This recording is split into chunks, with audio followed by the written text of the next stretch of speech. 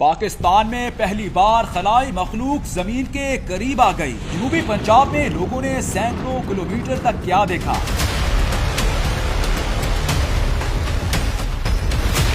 क्या खलाई मखलूक पाकिस्तानी शहरियों पर हमला कर सकती है? लोग अलर्ट हो गए। ये वाकया बहुत सनसनीखेज है और सीसीटीवी कैमरों पर रिकॉर्ड हो गया है।